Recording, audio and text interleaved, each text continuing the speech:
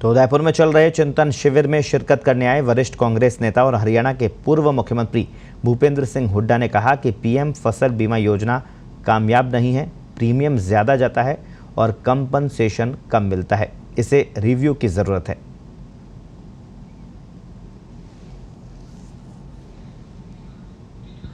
उन्होंने कहा कि सभी फसलों की गिरदावरी सही ढंग से होनी चाहिए, फसल के पूरे दाम दिलाना सहित कई विषय पर चिंतन शिविर में चर्चा की गई।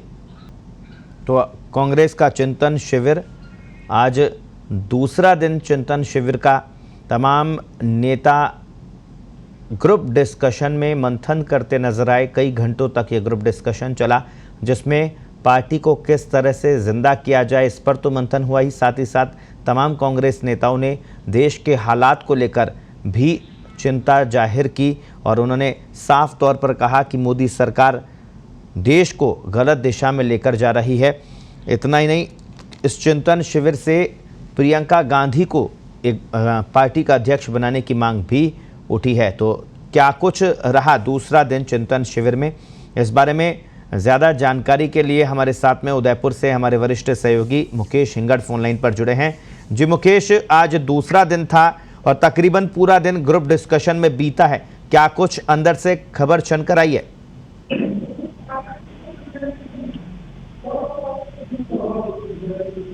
मुकेश, क्या आप मुझे सुन पा रहे हैं? जी देखिए वैश जी, मैं बताना चाहूंगा आज दूसरे दिन कांग्रेस के जो नव संकल्प शिविर जो था उसमें काफी चीजों पर डिस्कशन हुआ, लेकिन उसमें एक अहम बात ये कि किसानों को एमएसपी दिलाने को लेकर कानून बने, ये बात भी इसमें सामने आई है। जो कांग्रेस के नेता है, वरिष्ठ नेता, उन्होंने इस विषय पे बोला। जो कृषि ग्रुप का जो संयोजक है भूपेंद्र हुड्डा, उन्होंने बात रखी थी। दूसरा, मनरेगा मजदूरों को उपयोग में खेती में हो, इन सारी चीजों, छत्तीसगढ़ की न्याय योजना, ये सब चीजें सामने रखी है। लेकिन जो राजनीतिक बयान जो सामने आए थे उसमें सबसे अहम बात प्रियंका गांधी को राष्ट्रीय अध्यक्ष बनाने की रखी थी।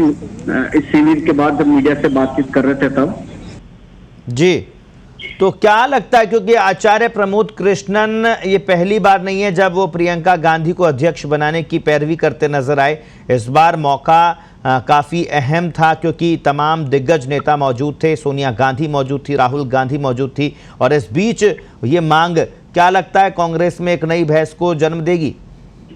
देखिए, प्रमोद कृष्णन ने जब प्रियंका गांधी को पार्टी का राष्ट्रीय अध्यक्ष बनाने की बात रखी तो उन्होंने ये तर्क दिया था कि राहुल गांधी को लंबे समय से राष्ट्रीय अध्यक्ष बने, ये रिक्वेस्ट सब कर रहे हैं लेकिन वो मान नहीं रहे।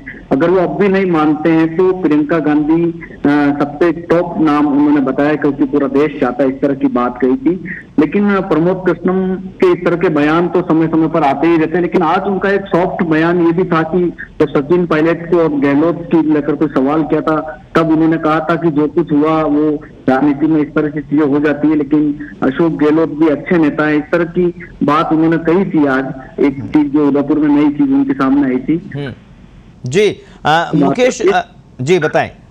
एक अहम चीज ये है कि सर कांग्रेस संगठन में SC ST OBC अल्पसंख्यकों को 50% आरक्षण दिया जाए, इस तरह की बात भी एक कमेटी ने प्रस्ताव तैयार कर दिया। ये बहुत अहम खबर है देश के लिए। सलमान खुर्शीद जिस समिति के कोऑर्डिनेटर हैं, उन्होंने इस तरह का प्रस्ताव दिया कि 50% आरक्षण SC ST OBC अल्पसंख्यकों को दिया जाए। ये बड़ी खबर है, लेकिन अब इसका जो फाइनल निष्कर्ष कल जो चिंतन शिविर के 3 दिन का निकल के आएगा उसके बाद तय होगा, लेकिन इस तरह का सुझाव उन्होंने दिया है। जी मुकेश, सवाल ये भी है क्योंकि तमाम नेता, आज ग्रुप डिस्कशन हुआ पूरे दिन और जो नेता हैं वो मोदी सरकार को अलग अलग मुद्दों पर घेरते भी नजर आए, चाहे अर्थव्यवस्था की बात हो, किसानों की बात हो। अंदर जो किस तरह से कांग्रेस को मजबूत किया जाए इस पर भी चर्चा हुई है, क्योंकि सुनील जाखड़ ने आज कांग्रेस का साथ छोड़ा है और उन्होंने जो आरोप लगाए हैं और जो सवाल उठाए हैं उन पर भी कुछ मंथन हुआ है। देखिए, सुनील जाखड़ के कांग्रेस छोड़ने की बात आई तो कांग्रेस के चिंतन शिविर में इस पर चिंता होनी चाहिए थी, लेकिन जो हरीश रावत है उनका तो बयान ये था कि पंजाब चुनाव में जाखड़ की जो भूमिका रही थी उससे कांग्रेस को नुकसान हुआ था। मतलब पार्टी की तरफ से सुनील जाखड़ के पार्टी छोड़ने को लेकर चिंता किसी तरह की सामने नहीं आई, लेकिन उन पार्टी के नेताओं ने सुनील जाखड़ पर ही सवाल खड़े किए। हरीश रावत साफ तौर पे कहते दिखे थे कि पंजाब में जो कुछ भी उन्होंने किया उससे कांग्रेस पार्टी को नुकसान हुआ। मतलब पार्टी एक तरीके से सुनील जाखड़ के जाने से लेकर तो चिंतित नहीं है, इस तरह की बात हरीश रावत ने आगे आकर कही थी। जी, और 8 बजे जो समिति के संयोजकों की भी बैठक होना प्रस्तावित था, क्या कुछ यहां से निकल कर आया, इस बारे में क्या जानकारी?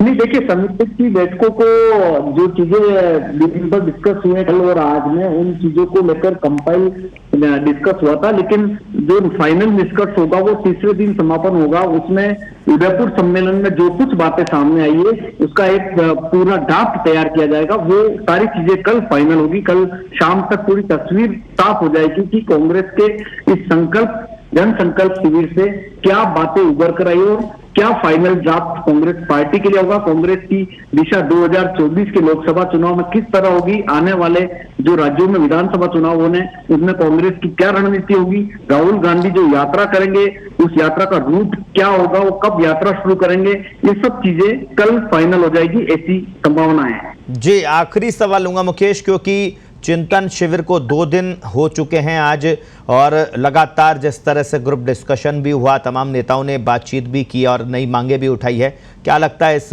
मंथन से कुछ अमृत निकलता हुआ आपको नजर आ रहा है?